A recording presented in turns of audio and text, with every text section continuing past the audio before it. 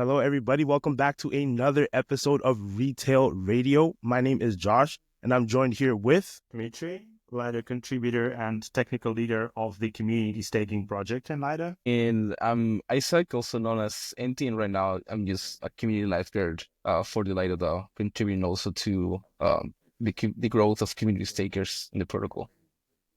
Amazing. Thank you for coming on the show, and we're really excited to get into this. So, really, we have a few questions for you, but today we're taking a look at, is it the Lido CSM? Is that right?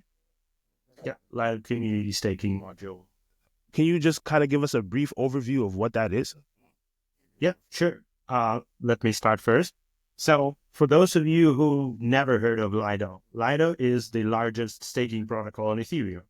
And as any staking protocol, it is made out of two most important parts: stakers, those who provide ETH, and node operators, those who actually run validators. And up until October 2024, which was just last year, the majority of the node operators within Lido, all of the node operators, were so-called curated, which means that they had no ability to join without asking for permission, so they were somehow curated. And in 2023, there were only 37 node operators, professional node operators, which is an amazing result for the staking protocol, to be fair, compared to the other staking protocols. But that was just the beginning. At the very beginning of 2024, Simple DBT module was introduced, and this module brought a lot of new node operators, about 400 to be precise, and most of them were solo and community stakers. However, they still were curated, so they have to pass the selection process to be selected, to be qualified, to join the protocol as node operators within the Simple DBT module, which, as it is from the name, utilizes DVT technology, or distributed validator technology, which is a cutting edge in Ethereum validation. And in October 2024, finally, Community Staking Module was released. And this is a unique piece in the modular architecture of the Lido Validator set. This module allows basically anyone to submit a small part of the full validator stake. So as you know, you need to have 32 ETH to run Validator. But with Community Staking Module, you can supply as little as 1.3 ETH for each validator. The rest of the 32 ETH will be delegated by the protocol from the stakers to your validator, and you will run your validator with just 1.3 ETH. And what is best here, you will also get a share of the rewards on the delegated part, which means that you will effectively not only make Ethereum more decentralized and contribute to Ethereum validation because you are now running validators, but also will get significantly higher rewards compared to regular staking, compared to staking with Lido when you are not running validators on your own. So that's probably the shortest gist of CSM. Oh, wow. Okay, so would you say then that lowers the barrier to entry to get into ETH staking for, like, let's say the retail investor or people who may not have 32 ETH can now get involved in ETH staking a lot earlier, right? And so for sure, you say there's a difference in the rewards that they're earning using this new CSM model versus traditional way of staking. What's that difference between how much you're earning? So the maximum difference that you can get right now with the current parameters of CSM, with the bond being 1.3 ETH per validator and the rest of the stake being delegated, and a 6% reward share on the rewards from the delegated part, effectively makes your maximum possible multiplier of 2.4. Meaning that if you have, let's say, average staking APR of 3%, you will get above 7% when running validators with Lido, which is absolutely amazing.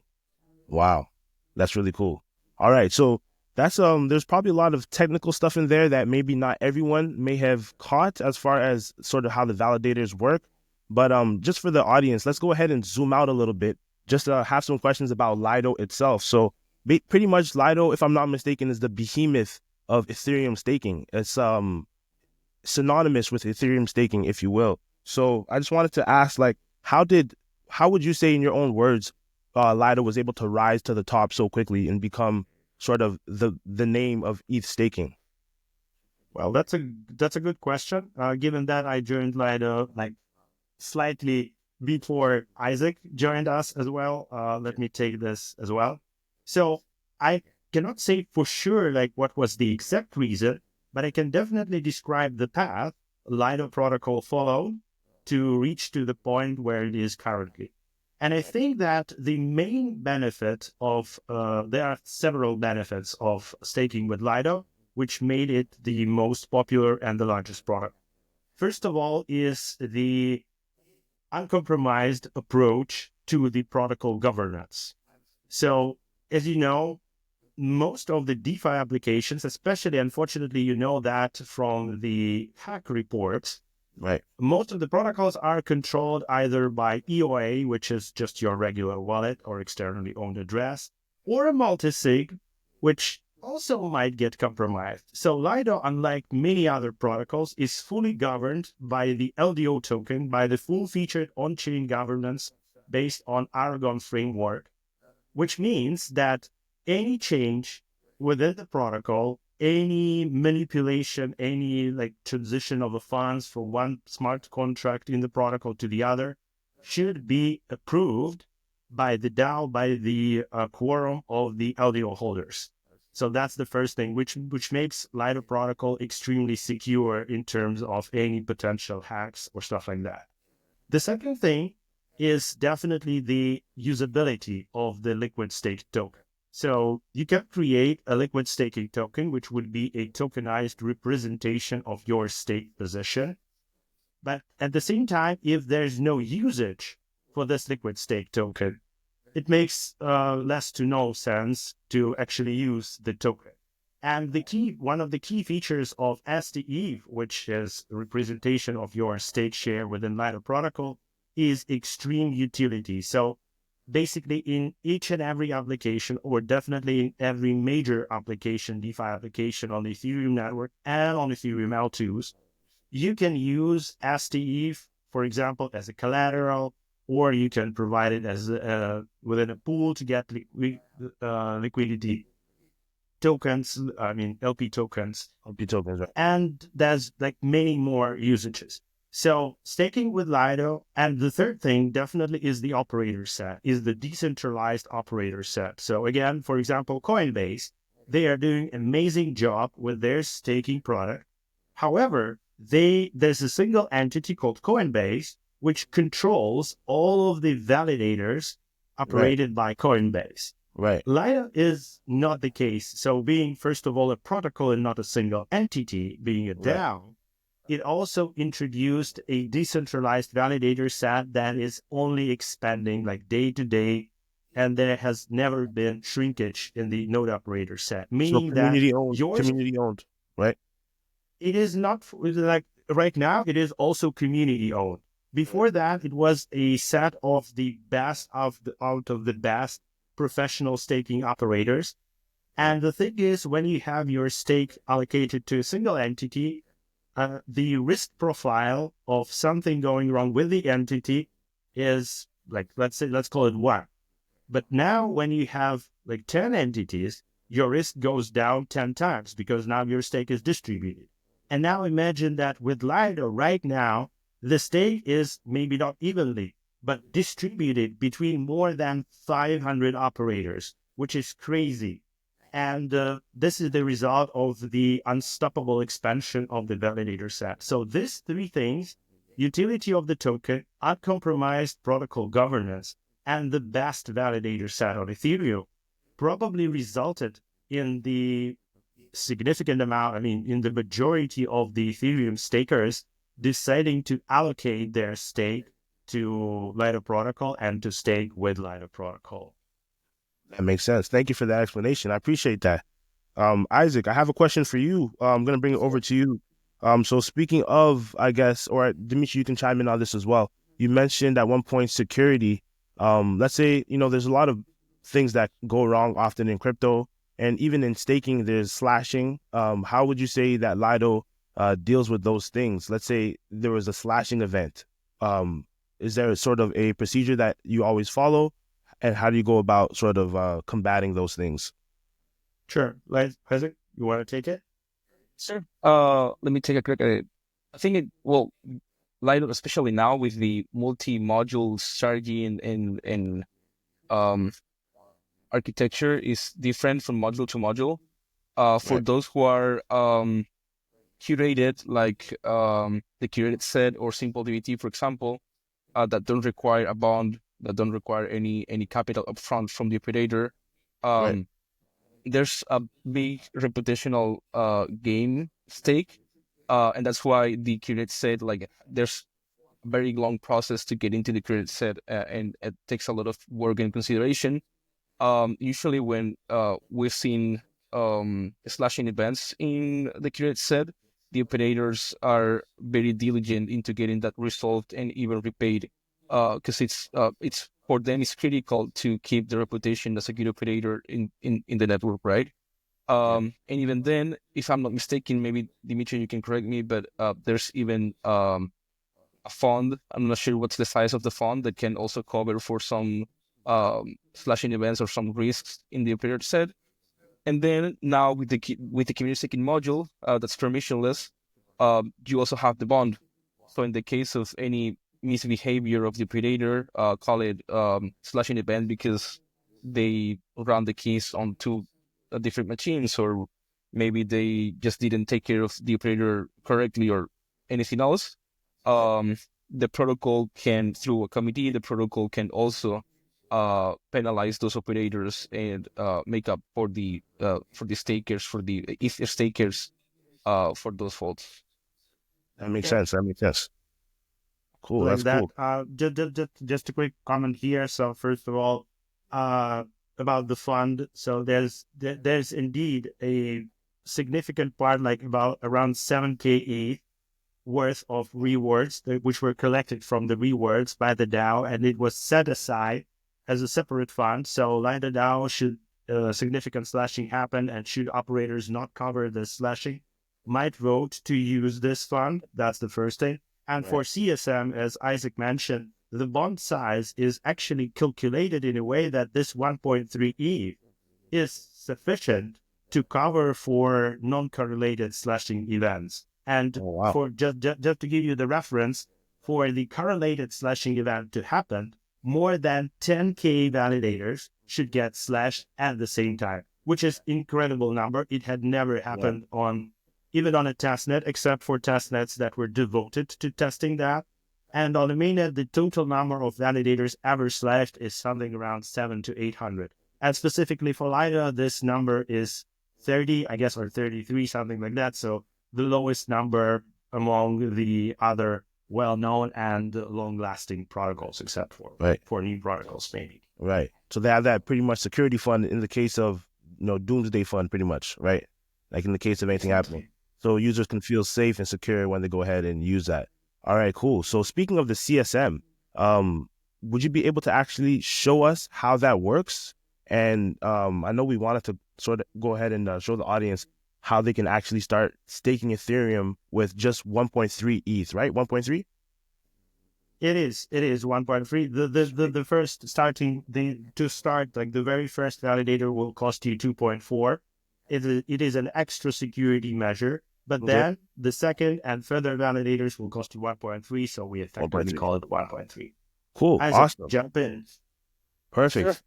I'm not sure Let's if go you with have it. permissions here. Yep. 1 second. Let me see. All right. So to all those in the audience, we're going to be able to see how we can go ahead and get involved in Ethereum staking without needing 32 ETH. So this is something that could be very valuable if you plan on staking your ETH and you're holding your ETH for the long term. So I would definitely lock in here. Okay. Well, so here I have a testing machine that I use.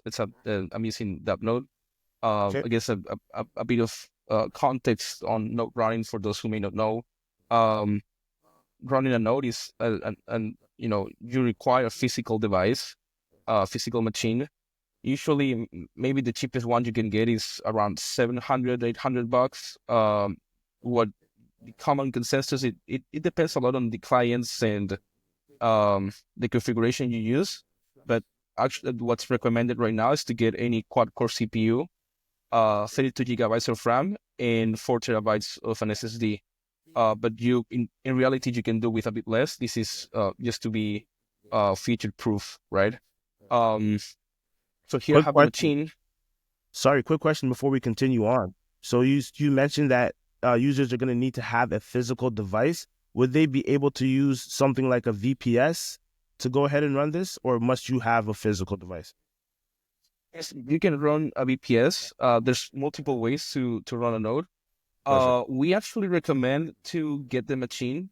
It's a better experience. It's even more fun. You learn more, and it's also Right. healthier for Ethereum. Because if you use a VPS, what you end up with is like a lot of nodes concentrated in a single location. Right. That's not really the idea, right? And at the Um, same time, having a physical machine at your home, from the price perspective, is way more efficient. Let me quickly explain why. So you need a pretty beefy configuration in terms of RAM and SSD, which is 32 gigs of RAM, 4 Right. terabytes SSD. You can start with 2, but anyway. So for the VPS of this size, of a decent quality VPS, you will pay something like 200, 250 a month, maybe more, depending on your provider. Right. And that's a lot. If you can, but you can get yourself a home machine for, as Isaac mentioned, like $600 to $700. It will be a very decent machine, like Intel Nuke or something like that. Right. And if we just compare by the price of if you are playing long, and in this game you are definitely playing long. I mean, you're validating Ethereum in this case. So within 3 months, your home machine will repay compared to VPS, and after that, all the rewards that you'll be getting, given the significant, like sufficient number of validators, I would say, will be only yours. And yeah, that's definitely super fun. I mean, I have 2 machines at home, one for testing, one for production. I think Right. Isaac has a bunch as well. So let's move back to him. Yeah, that's fun. That's yeah, fun. Okay, so you recommend users to actually go ahead and get that physical machine. I feel like people use VPS because they feel like, at least for the short term, it might be a cheaper way to get started. But over the long term, you're spending way more with a VPS because that's an ongoing payment, whereas you actually own your machine, right? Especially like you said, if you're in it for the long term. That makes a lot of sense. So appreciate you breaking that down. And we can continue on with the demo. yeah. Just before I continue, I guess I'll, I personally recommend a lot of the people, depending on the situation, to start with a VPS. That's totally fine, especially for testing or whatever. Right. But yeah, getting the machine is just way better than another experience. Yeah. But okay, let's go very quickly through this. So in this case, I'm using that node, which is probably one of the most popular or the most popular node management software. But there's a bazillion things you can use to run a CSM operator. Okay. Something we actually didn't mention is that a CSM operator is probably the closest thing as far as configuration as a vanilla operator. So it's not like you need any other different software or anything special. But stuff like that node just makes it way more comfortable. But let's just get into it. In this case, I have a few packages running. I have my execution client Nethermind. I have the Lido CSM Holiday package, MEV Boost, my consensus client, and the web designer that node uses. It's very helpful to manage keys and etc. And for example, right now here I have a few keys that I'm running, and assuming that you have your machine already set up, that you have your client synced and all that, you can come to the package here, open the UI. One cool thing that's very specific to that node and a few other integrations is that they have developed a very particular or a custom user interface where you can see extra information about your operator. Whereas maybe if you go to CSM to the CSM website, you can just see the landing page and some basic information. Here, for example, you can even see the status of your clients. You can sign up for notifications, etc., etc. Pretty straightforward. So here I am with an operator. I have some Ether loaded up here. And all it takes is to go to the key tab, to the keys tab. Oops, sorry, I closed it. Thankfully. All it takes is to go here to the keys tab, come here to here. Also, right now I have already made my keys. I have already prepared my keys.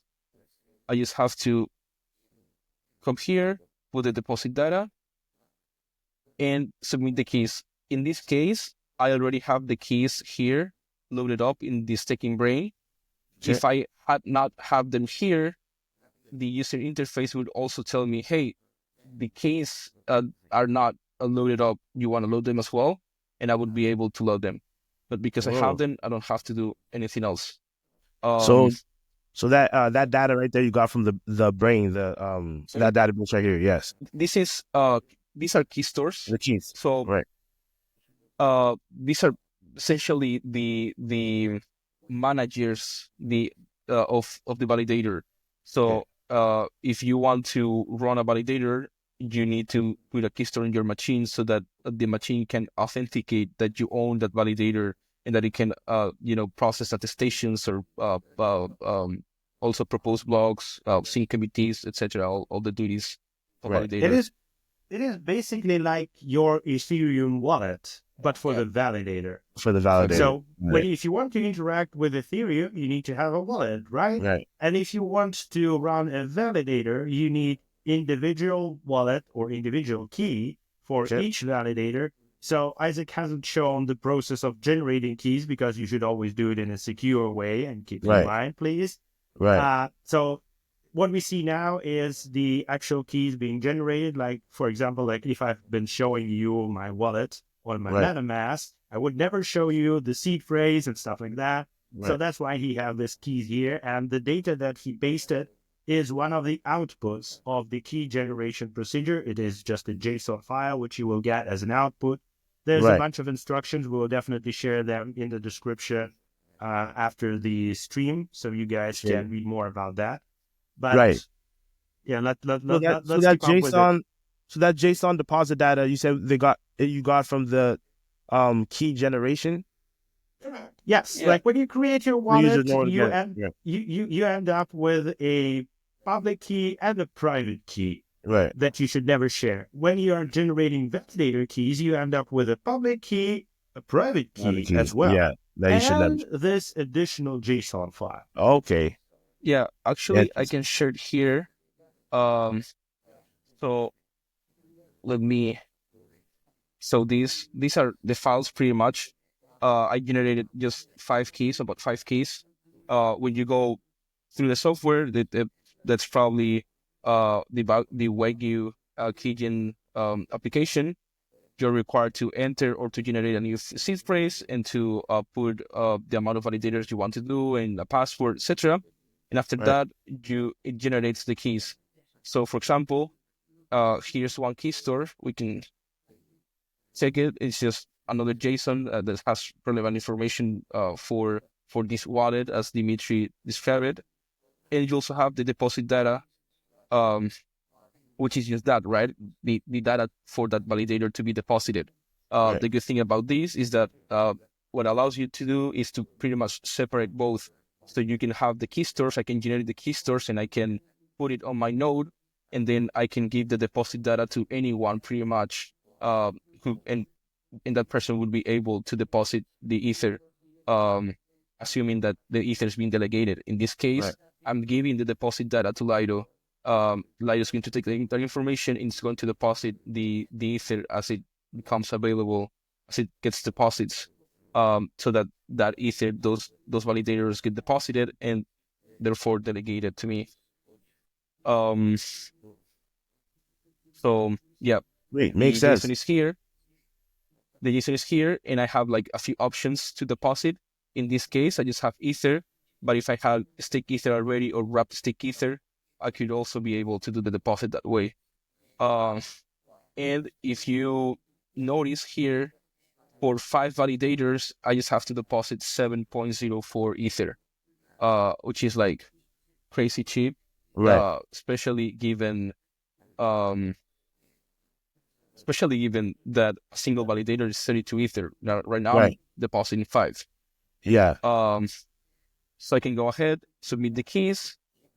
This is going to prompt a transaction in my wallet. I can check the transaction. Ravi, for some reason, is not that good with Holesky, Okay. but usually you see everything better and better described. So here I have it, and we just now need to wait a few seconds for Holesky to process the transaction. So while we are waiting for As the a transaction to be processed, let me quickly comment. So yeah. Isaac started with a basic setup, and you might be thinking now, oh my God, but what I gotta do to have all this setup prepared? And the Right. I thing was about to is ask that, that. yeah. So it is extremely simple. Isaac, can you go to Yeah. the DApp node UI? So when you enter the DApp node, and can you go to the stakers, please? Stakers tab. Yeah, so when you have your fresh DApp node like that, Isaac has nothing for the mainnet, you have this pictures. And the only thing you need to do is actually select your execution layer client. Let's select Ref, for example, Lighthouse, and then these two things, and select Relays. It is the builders of the blocks that you want to use, but you can simply select them all. This is simple. And scroll down, and here we go, apply changes. And after that, if Isaac will then click continue, all the nodes, all the magic will start happening automatically. So there's nothing more to do. Just by selecting these 4 icons and clicking on the relays you want to use and then clicking apply, you will end up with the setup that Isaac started this demo with. And the only thing you will have to do is you will have to wait for the nodes to get synced with the network, because they need to get all the data from the network, verify this data, and only once they verify this data, they can be confident that, okay, everything is fine, we can start validating. And it usually takes, like on a testnet, it takes around a day, maybe less. On a mainnet, it may take you a few days, because there's you need to process all the transactions ever happened on the Ethereum network for the security reasons, for sure. Right. But the gist is that that's it. You simply click on the icons, and the dApp node software will do the magic for you. And then you generate your keys, which Isaac already did beforehand, and then you do this one simple thing. You drop in this JSON file on UI, and you are good to go. And you're good to go. Yeah. Because to some watching, that may have still seemed a little bit daunting. So you would say the barrier to entry and the learning curve to get involved with this, how long would you think it would take? Like, let's say someone who's a noob when it comes to Ethereum staking and has never done this before. What's that learning curve really like? I know you showed that it is just a few clicks, but even to some out there, they may be a little bit daunted with all these, different, relayers and all these different things, some of the terminology, perhaps. So is there like a guide out there, and how long would it take to really pick it up? Yeah. Well,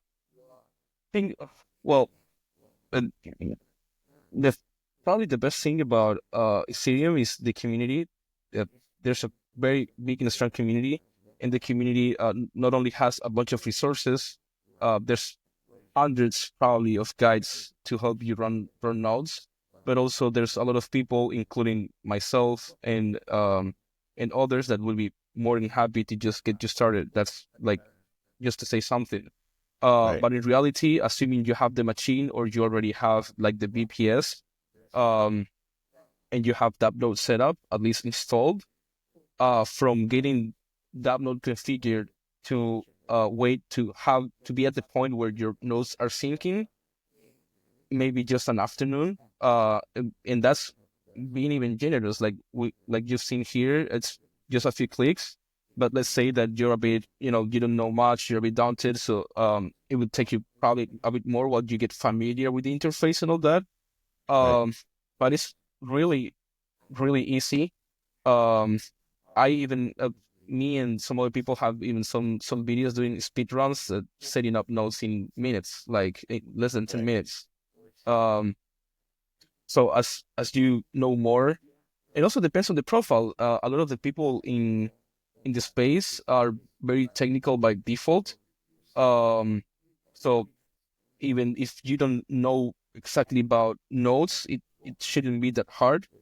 And even if you're not that technical, there's enough resources to make the journey very easy as well. Appreciate that. Appreciate that. So Amazing. Ethereum validation it's basically a rabbit hole, and depending on how deep you want to dive into this rabbit hole, your learning curve might look very different. But Right. to get started, like to get up from 0 to 1, it will most likely take you a couple of hours, given the guides prepared by the community, given the documentation that we have, given a bunch of different videos in a way that, we have videos in a different languages and stuff like that. So it's Right. like super easy. For example, if you are not speaking English, but only speaking Spanish, or maybe only speaking French, there's again a bunch of videos, a bunch of explanations. So to get from 0 to 1, you need a couple hours. If you want Right. to dig deeper, I'm in Ethereum space for 3 years already, and I'm still learning some things that are hidden deep inside. So there's basically no limit to how deep you want to go and how much you can learn. But for the basic, again, I would say it is a couple hours. And if you prefer to chat with the community, to get interactive, to ask questions and not just watch the video, you can simply jump into the Lido Discord. There's me, Isaac, and a bunch of other people always there. And there's always someone to get you up to speed, to share the necessary resources with you to Right. answer your questions. Because we do believe that Ethereum validation is like super important, and many people overestimate how complicated it is. It is Right. actually not super complicated, I would say. I would say it is easy. Right now, it is easy. Yeah, And and it even gets easier especially by the compared to second. what it used to be, right? Compared to what it used to be, things like Lido has made this process a lot more straightforward, right? Indeed. Especially with first of all, with regular staking, when you just stake your ETH and do nothing and you get ST ETH in return. That was the first major step. And now with CSM, we're making the second important step, because now it is like CSM is the simplest way to become Ethereum validator. I swear. It's the most accessible and the simplest way to do that. We did like everything possible, and we are trying to do more to extend the horizons of simplifying this process, of making it even better, even simpler. So right now it's like super simple. And this is probably the reason why protocols do exist on Ethereum, because Ethereum at its core is pretty unfriendly, is pretty complicated, super technical, and so on. Right. And the protocols on top of Ethereum, they do make Ethereum more accessible, usable, and simple. And Lido does it for the staking. Wow. Yeah. That was very well said. I appreciate that. And so the barrier to entry is getting easier and easier for all you out there in the audience to get involved. So pretty much I think Ethereum staking is more accessible than it's ever been. And you said it was pretty much 2.6 for your first validator, 2.6 ETH. And then from there on, 2.4. 2.4, and then 2.4 for the first 1.3 from there on. So that's really awesome. But there's users out there who also maybe want to look into staking on other chains as well. Is Lido planning to expand the chains as well, or are they just going to focus on Ethereum, which is pretty much the godfather of all blockchains, right? The original blockchain. Or are we going to see some more expansion? Well, that's a great question. And if you've been following Lido for the recent years, there has been attempts to expand the success of Lido to the other chains. However, the time had shown that sometimes due to unfortunate circumstances, like for example, Terra crash, Lido was the largest staking protocol on Terra. Not many people know about that, but Oh, Lido wow. was basically I didn't know the about leader. And at some point in time, staking on Terra was larger than staking on Ethereum for Lido. But Wow. after that, Terra crash happened, and no more that. Wow. Lido staking protocol was on Solana, but again with the very very deep bear market for Right. Solana, when the price went like super low, Right. it was just unfeasible, and economically made no sense to support the protocol. So the decision was made to shut down the protocol. Lido is still live on Polygon, But again, the demand on the other chains, unlike Ethereum, for the liquid staking and for some protocol to be built on top of the chain is lower than on Ethereum, probably because of the fact that Ethereum is the most robust and secure chain, Right. but at the same time, the most complicated, and as I said, at its core, the most user unfriendly. And the other chains, what they do, and the other blockchains, ecosystems, what they do is that they try to embed more features, like, for example, native liquid staking or native state delegation, or stuff like that, which makes staking protocols on top of this chains of a lower demand than on Ethereum. So over the past 2 years, I guess, the main focus of Lido protocol and Lido contributors was on Ethereum. And as far as I know, there are no plans for the further expansion. However, given that Lido is a DAO, the DAO is always open to the proposals.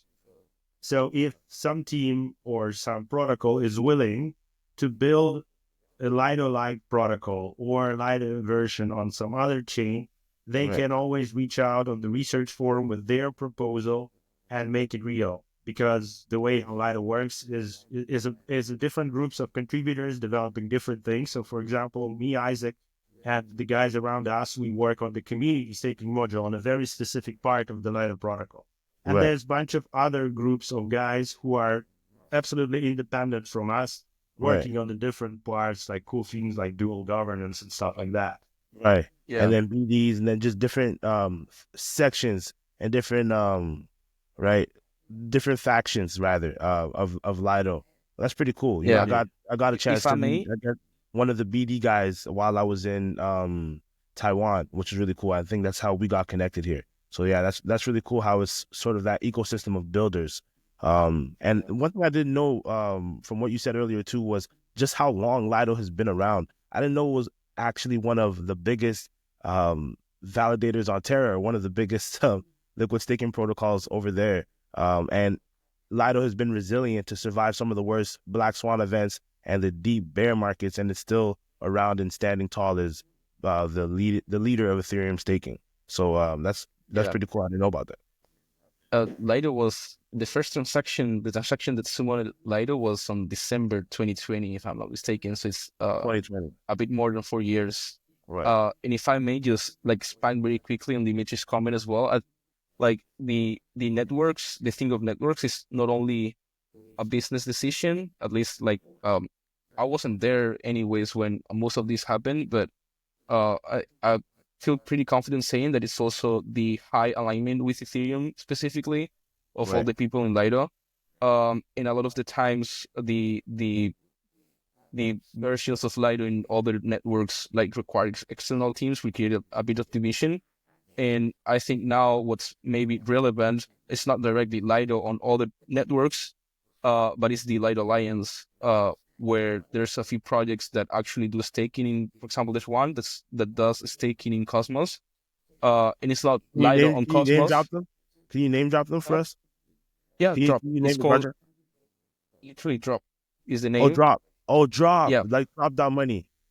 Yes. Drop that Yeah, money. yeah. I know Drop Money. Okay, cool, Yeah. cool. Yeah, go on. And so there's the Alliance, which is like an interface where Lido can support other projects that include staking protocols in other networks. And I think that may be the closest thing to Lido in other networks for some time. Okay. And how about Stride? Would you say that's similar as well? Stride on Cosmos? They have their... To be honest, I'm not very familiar with the Cosmos ecosystem, so I'm not sure. Okay. They do a lot of like liquid stake tokens for most of the popular Cosmos tokens. They're kind of a hub for liquid staking. And so like on Cosmos, so instead of having your, let's say your Atom locked up and it takes 21 days to unbond, you can just stake it with Stride. And I'm not trying to give them a shout out, but it's just a similar project to I guess to Lido in that sense. So they have liquid stake tokens. You can trade the tokens, provide liquidity, etc. Like with Lido. Would you say Lido is sort of one of the pioneers of that, or the pioneer of that? And a lot of projects are now sort of integrating that into their own. What are your thoughts on? I wouldn't say that Lido was like the very first liquid staking protocol. So there were a lot of different protocols before Lido, especially on the networks other than Ethereum, because Ethereum was definitely not the first one to launch staking, and it has been in a testing phase. So from 2020 up to 2022.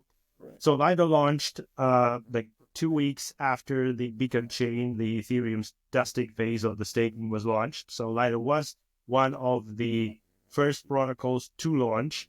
However, the developments around liquid staking protocols and liquid staking protocols on the other chain has been here for many years. I think what Lido did is not just Lido was pretty early. That's the fact. But what Lido did, I think that Lido accumulated the experience of the other protocols, of the developers, of the Ethereum itself, and was able to build it into the most solid product and the most long-lasting product. Because we've seen a lot of staking protocols that have launched together with Lido back in 2020 on Ethereum. However, out of them, probably the only one that is still alive and feels like extremely well is Rocket Pool. However, they are extremely focused on being neutral, on permissionless staking, and so on. So they were actually one of the first to launch this permissionless staking thing like 4 years ago. However, they never gained market share due to several reasons. One of the reasons was probably the involvement of their own token in the staking, and Lido never involved governance token in staking. So that's what the reason. So I would say that Lido is a great example of building a solid, robust, and long-lasting staking protocol. However, it was definitely not the first one. Definitely not the first one. Cool. Okay. That's good to know. And so basically, with all these, Lido has changed quite a bit over the years based on like things like market conditions and like, for example, the Terra collapse like we spoke on. What would you say is the outlook for 2025? What would you say Lido's goal is, or what you're really trying to achieve, like let's say for the next 12 months? Okay. So as I mentioned before, when we were speaking about the advantages of Lido, I named 3 things, which is validator set, governance, and the utility of the token. So basically, from the very beginning, Lido has been moving towards these 3 directions, and 2025 would not be the exception. I think the most significant thing that we will see very soon in 2025, I think as soon as spring, will be the dual governance. And let me just give you a quick overview of that, because this is indeed huge. So right now, how Lido protocol is governed and operated is the LDO token holders. They use Aragon smart contracts to vote for any changes or any actions on behalf of the protocol. So full-featured DAO with the token governance. But this governance has a problem. Because the protocol users are actually STE holders, and sorry for my visual effects on my map, and the protocol itself is governed by LDO holders, we have 2 separate groups, which are maybe somehow interconnected, but not explicitly. And the dual governance allows for the STE holders to veto any proposal by LDO holders, by governance token holders, should they disagree with this proposal. This is probably the very first at a scale safeguard on a DAO governance that solves the problem when the governance token holders and the protocol users are 2 different groups. And the way it is done, it's probably the most efficient way and the most advanced way. So with dual governance, there will be no more problem of even theoretical malicious actions by the LDO holders against protocol users. So protocol users will have the explicit power to voice their opinion, which is absolutely amazing. The second thing is validators, for sure. And as me and Isaac being deeply involved into this topic specifically, the module, the community staking module, this thing that we've demonstrated today, will forgo the update, which is called CSM v2, the next version, the modular version that would allow for the other protocols to integrate with this simple solution and to offer specific benefits. So right now, there's like one fit them all. So there's only one set of conditions on which you can join. But we need to account for the fact that there are a lot of supplementary technologies, a lot of different groups of stakers. So for example, those who are staking from distant locations like Central Africa, let's say, or South America, or maybe some parts of the Asia that are not that represented in the Ethereum validator set. So for these different groups, different technologies, we will introduce different conditions within the product. And if Lido DAO, if LDO holders will support this thing, we will see the second version of CSM with the tailored conditions, with a even simpler interface, even better conditions, and so on.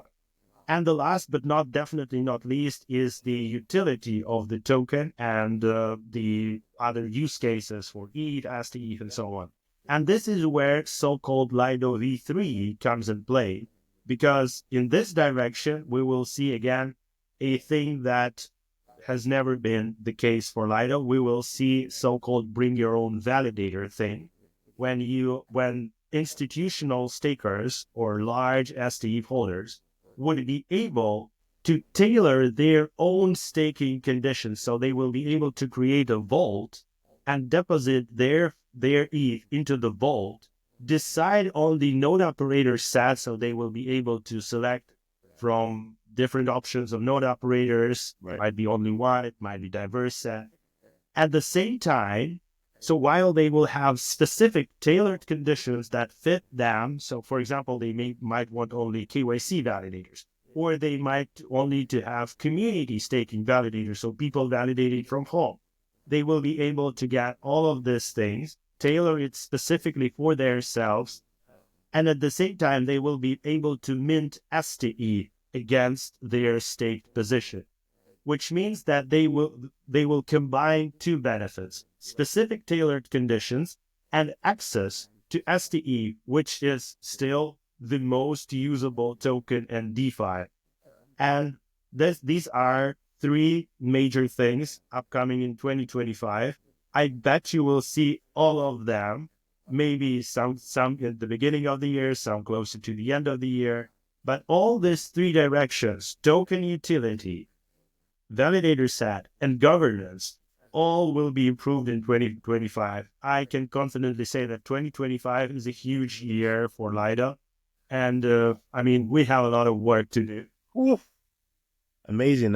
Thank you for that. So the three pillars of Lido, would you say, right? The three pillars of Lido.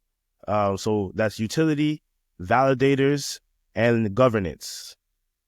Got it. I think something like maybe as a quick sub item as well of validators is pre-confirmations, which is like a big thing right now in Ethereum, and it's something that it's been testing in multiple places. I think the first pre-confirmation was during DevCon or around those dates, and that's something that maybe we see this year. I don't think there's a specific timeline, but if that happens, that would allow the broader Ethereum community and the whole L2 experience, especially for the base rollups, to improve a lot as well.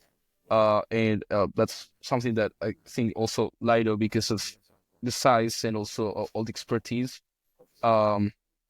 is particularly positioned to do. It's done it before with MEV Boost and other initiatives or protocols, and I would expect that to be a big part of this year as well.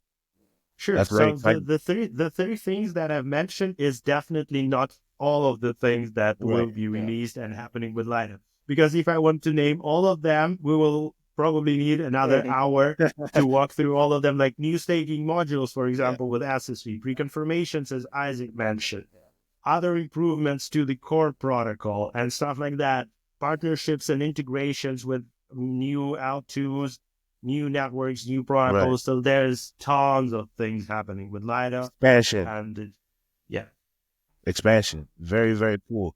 A little bit earlier, you mentioned they would be able to configure what kind of validator They want, like you said, whether it's a home model, whether they're why would somebody want, let's say, one type of validator versus another type of validator?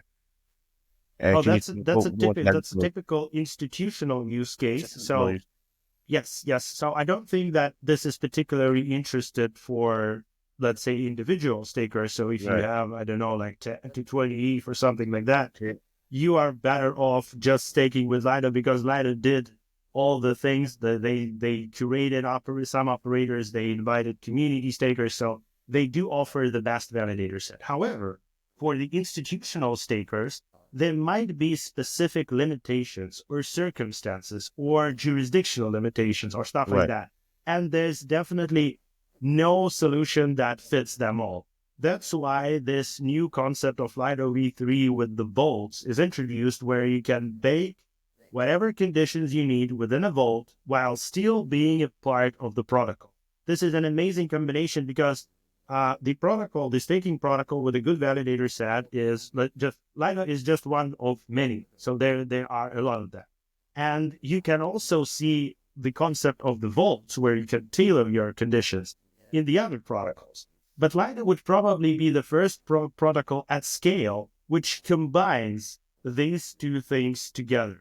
So the other protocols where you can find that either not that large, or their liquid token does not have that much of a utility, or maybe they do not allow you to tailor conditions. But with Lido v3, with this tailored conditions, while still being able to access this best DeFi token in the world, I would say that would be unique. That would definitely be unique, and we anticipate that this thing will have a huge demand, especially for the institutional stakers.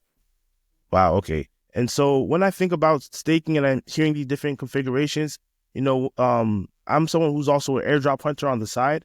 So with staking in some different, let's say L2s and different across different chains, sometimes that enables your wallet to be eligible for certain airdrops. Would you say that's something that sort of plays a part at all in ETH? I don't hear too much about staking ETH, staking airdrops, but is that maybe something like a protocol would consider, the type of staker, or is that something that isn't really significant on ETH? Isaac, you want to jump in? Yeah, I think we were thinking about the same. Yeah, well, today, 14th of January, for example, was announced the snapshot of the Oval Collective, which is they produce software for DVTs. That's another topic which can take hours. But they just announced an airdrop, and a lot of the people that participated in multiple Lido initiatives, namely Simple DVT or the Decentralized Validator Vault, which again we can get into deeper later. But yeah, for some stuff, there's indeed airdrops that can happen and can be available. Yeah, very cool. You hear a lot about different airdrops on different ecosystems, because there's a lot of ecosystems. But given that Ethereum is just one of these ecosystems, you are not hearing frequently about the airdrops. However, some say that airdrops on Ethereum tend to value, like, on average, higher than on the other things. So if you are participating in CSM, if you're participating in staking, if you are using some particular staking technology, like Isaac mentioned, for example, Obol, who announced their airdrop today, you might be eligible for significant airdrops. They are not that frequent, that's true. So within a span of a year, you would probably see like 2 to 4 maybe.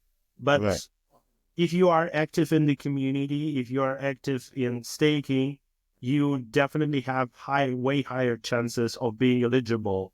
And if you are specifically participating as a validator, so if you are not just staking your ETH with Lido and doing nothing, well, that also makes you eligible for some airdrops. Yeah. But if you are running validators, your chances of being eligible for some airdrop is way higher, because Ethereum projects, they do value people staking from home, and they do want to incentivize them. This is true. Yeah, this is the fact. I think probably the biggest one, or one of the most recent, was Starknet, that airdrop to a bunch of home stakers.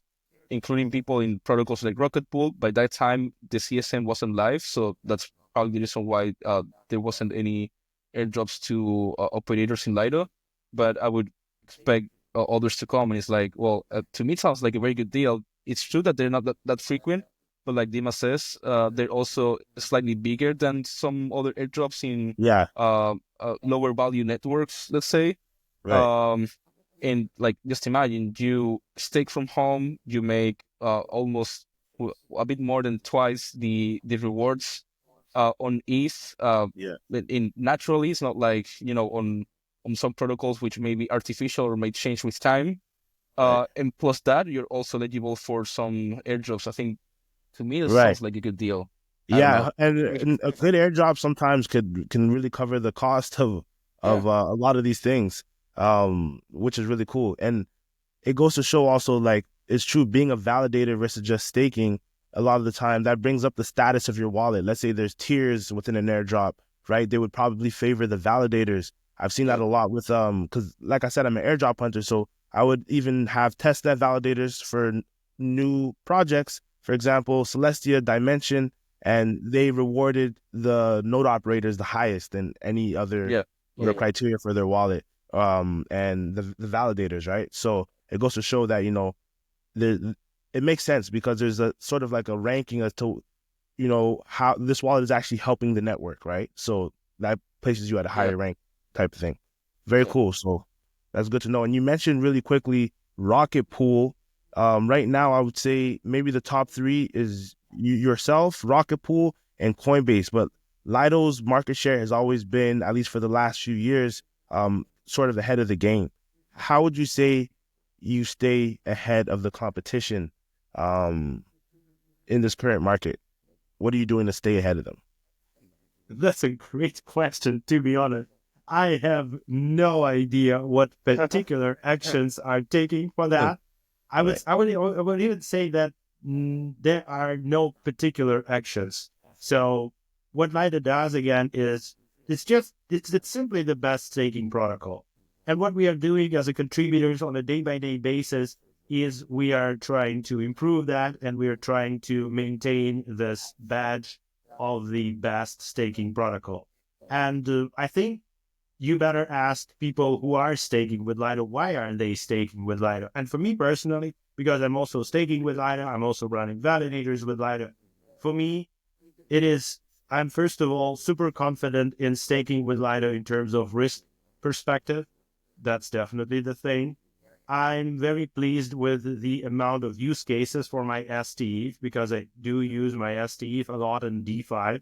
Right. As a whole validator, for me, CSM, the project that basically me and my team developed last year, was the only project that I really preferred to use for Ethereum validation. So I haven't been running validators before CSM because for me, it was first too risky, second, too complicated. And while designing CSM, we tried to minimize these two factors, and I think we did. And with CSM, I started being Ethereum validator because it finally became super simple. I think this is the key. So staking with Lido has always been simple, has always been accessible, and has always been secure. Yeah, so that's the Lido mission, by the way, to make staking simple, secure, and accessible. Accessible. Perfect. And that's perfect. We are called the Retail DAO, and this is retail radio. So we cater to, the retail investors, the small fish out there who want to get involved deeper in DeFi and learn things like staking on Ethereum, and using tools like Lido make that a lot easier. Is that fair to say? It is. Perfect. And the CSM even takes that a step further. So you mentioned over the past year you've been building this. Is this currently fully live for anyone to use right now, or when did this come out, or when did this go live? So it is live on mainnet right now. With the only limitation is that currently it is to access, you need to be eligible for the access. So we are right now in the early access stage, but today, 13th of January, and within maximum 3 weeks, the full permissionless release will go live. So end of January, all the things that we have shown will be available for anyone. So right now it is already live on mainnet. It has already proven that it is like super reliable, super easy, but only whitelisted folks can join right now. There's a huge list, like more than 20K addresses of different solo and community stakers. So you can think of it as a form of an airdrop. Okay. I mean, in the form of how the list was formed. Okay. And within 2 to 3 weeks, it will become available for anyone, like literally anyone. Okay. With And two, for the whitelist yeah. early access, how did they get access to that? Was it maybe your top validators and community members or LDO holders or stakers? How did you So choose what we did, who had early what we access? did, yeah, what we did to form the list, and the list is, by the way, designed in a way that it is deployed one time on the network and it can never be updated. So when it was set in October 2024, yes, multiple sources of information were used. The main two sources were existing Ethereum validators. So those who are already running validators, specifically as solo stakers. So those who are running validators from home. We cannot know for sure. This information is not accessible, but there's a bunch of researchers doing their research and identifying these solo stakers. So this information, this list was used as a basis. Then what we did, we extended this list with the list of Gnosis solo staker. You've probably heard of Gnosis for sure. Gnosis, right? And And they rebranded to Safe, right? If I'm not mistaken. they rebranded their multi-sig product The to Safe, multi-sig product, but there's still yeah, Gnosis as the company. yeah, Gnosis itself is a separate blockchain. Yeah, they It have a is a chain now, Gnosis chain. Yes, yes, they do. And the cool thing about their chain is that they have the highest number of home stakers validating the chain compared to probably any other chain on within the whole world. So we took this list as well. And then we did a bunch of testnet assessment rounds. So people who were involved, who heard of CSM, who participated on Ethereum testnet in Right. CSM, they demonstrated significant, like acceptable performance. I would say they were also whitelisted. Okay. And as there were a bunch of other sources that I wouldn't walk through, but the gist is that the list was built with one thing in mind. This list should be made out of people who are interested and capable of running validators from home. Right. Nice. Nice. Good explanation. And so essentially to some of these were contributors like testnet users, right? Yes. Yeah. Okay. Cool. Very similar to like an airdrop almost. Amazing. Amazing. So we are over that 1 hour mark. So we'll be wrapping this up soon, but quickly before we leave, just have a few closing questions rather. DeFi as a whole, where do you see it going in the next year in 2025? Because I guess would you say Lido kind of goes as DeFi goes? Want to jump in? Yeah.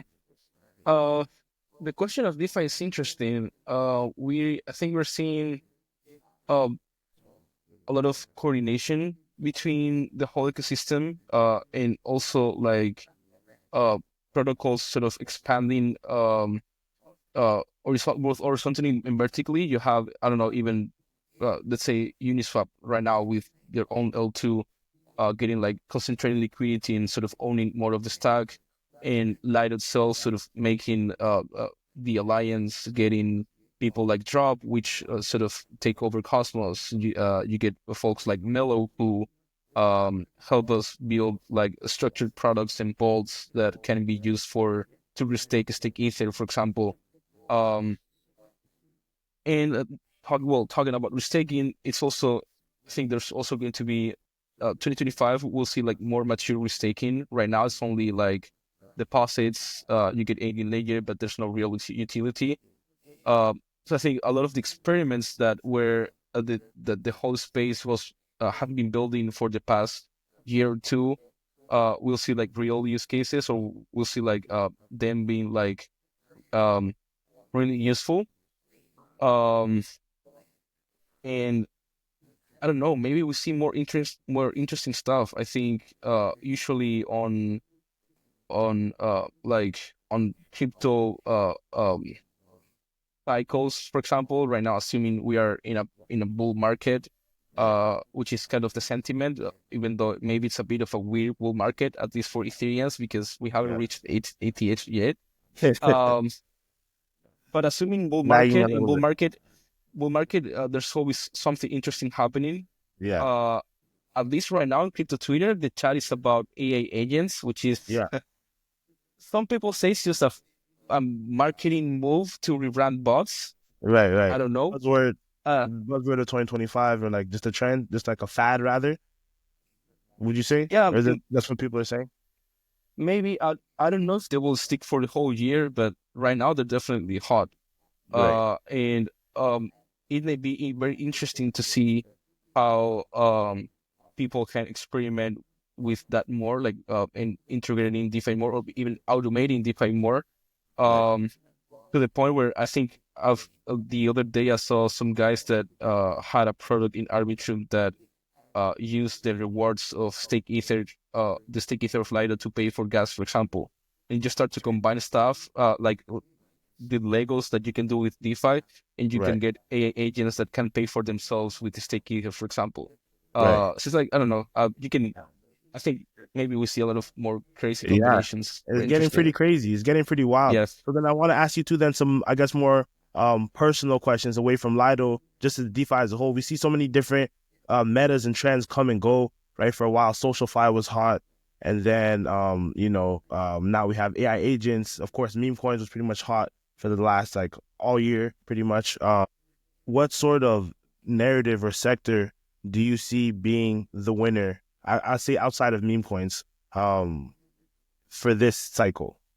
What's your favorite sector, pretty much? Oh shit, that's tough. That's a tough one. Yeah.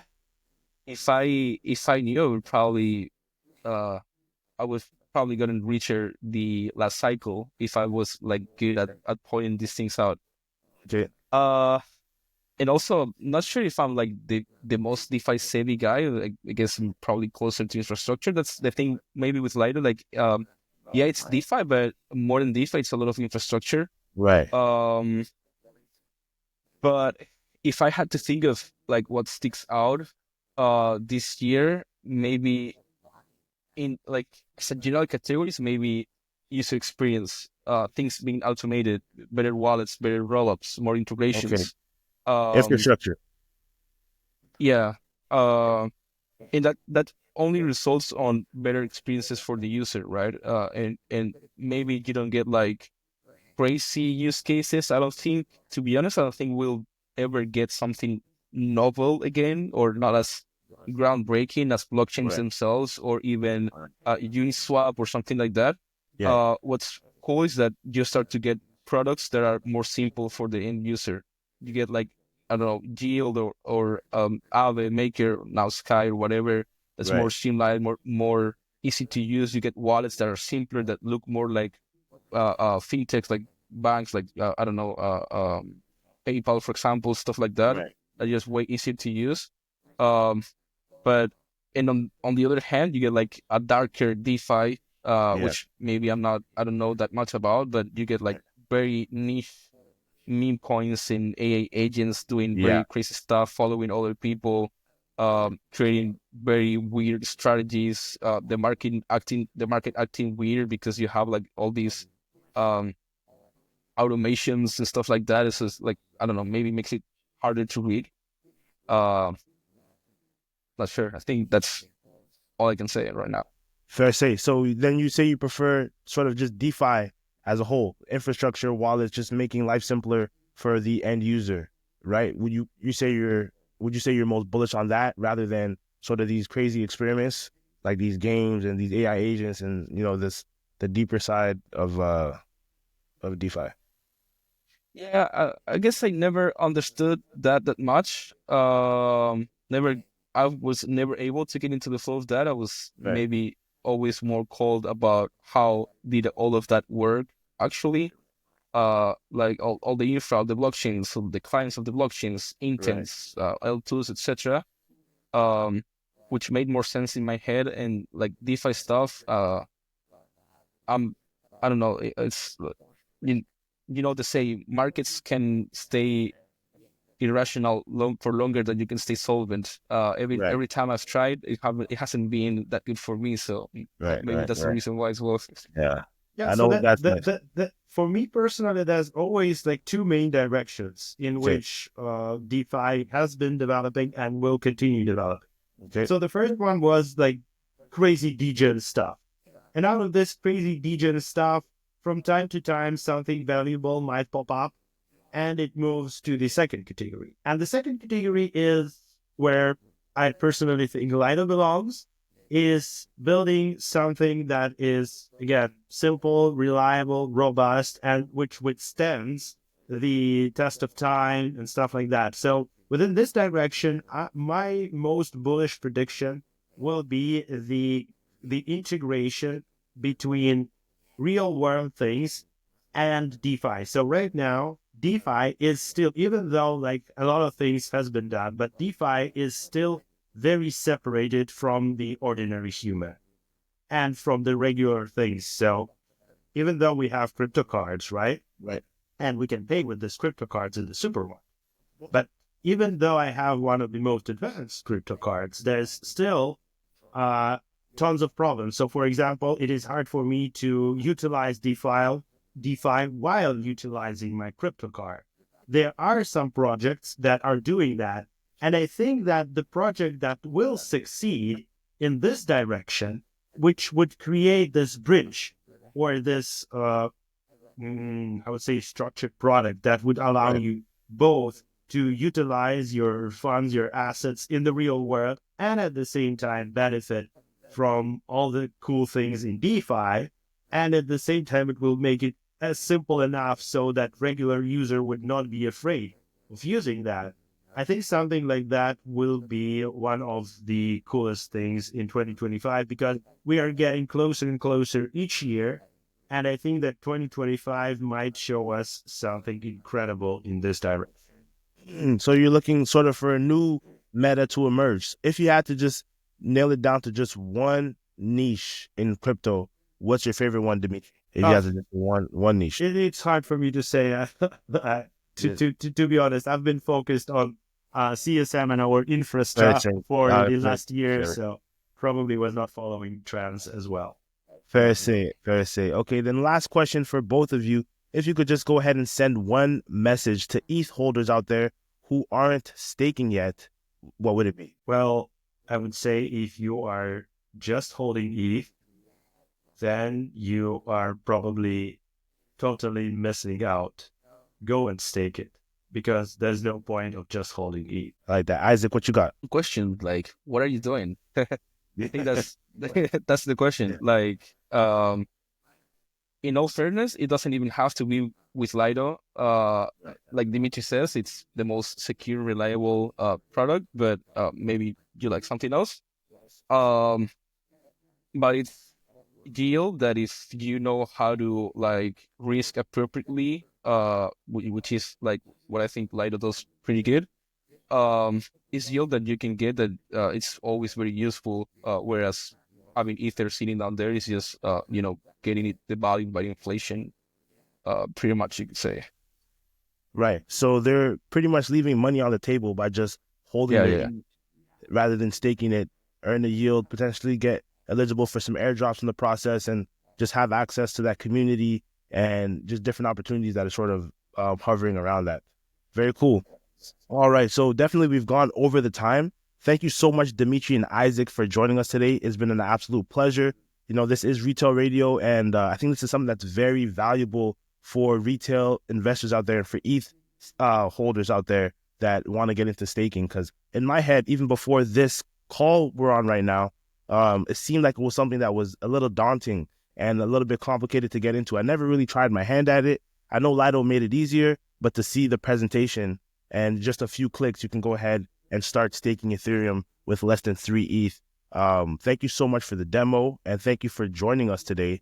And yeah, so we'll catch you guys on the next one. This is going to be posted on the Coinsider YouTube channel. It's going to be tweeted on the Retail DAO Twitter.